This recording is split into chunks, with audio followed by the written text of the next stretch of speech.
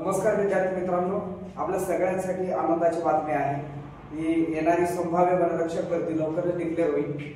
कॉन्फरन्सद्वारे झालेल्या बैठकीच्या माध्यमातून येणाऱ्या रिक्त पदांची माहिती मागवली गेली। जे रिक्त पदांची माहिती आपल्या समोर आहे।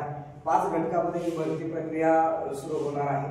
तर त्याच्यामध्ये वनरक्षक, वन सर्वेक्षक आणि लेखापाल, तर जिल्हा निवड समितीच्या अंतर्गत भरली जाणारी पदे आणि मुख्यमंत्र्यांच्या अनुकंपेतून भरली जाणारी पदे।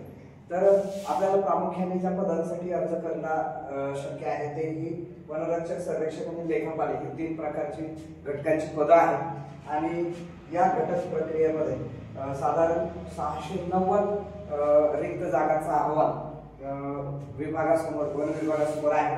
तर त्याच्यामध्ये पेसाच्या अंतर्गत 263 पदं, तर नॉन पेसाच्या अंतर्गत 345 पदं भरली जाणार आहेत। अशी एकूण वनरक्षकाची 608 पदं आहेत। आणि आता हे पेसा म्हणजे काय आहे ते थोडंसं पाहू। Panchayat extension to scheduled areas, त्याचा लॉंग फॉर्म खाली मी दिलाय।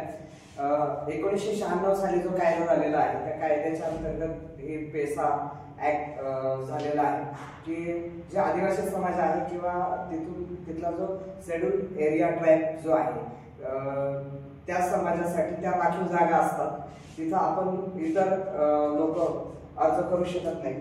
तर आपल्याला जो आवेदन अर्ज करता येतो तो नॉन पेसामध्ये करता येतो, त्यामध्ये 345 जागा आहेत। तर पुढे बघा, सर्वेक्षक म्हणून 44 पदं आहेत, तर लेखापाल म्हणून 38 पदं आहेत। अशी साधारण 690 रिक्त पदं आहेत जी की सरकारला भरणं अनिवार्य आहे।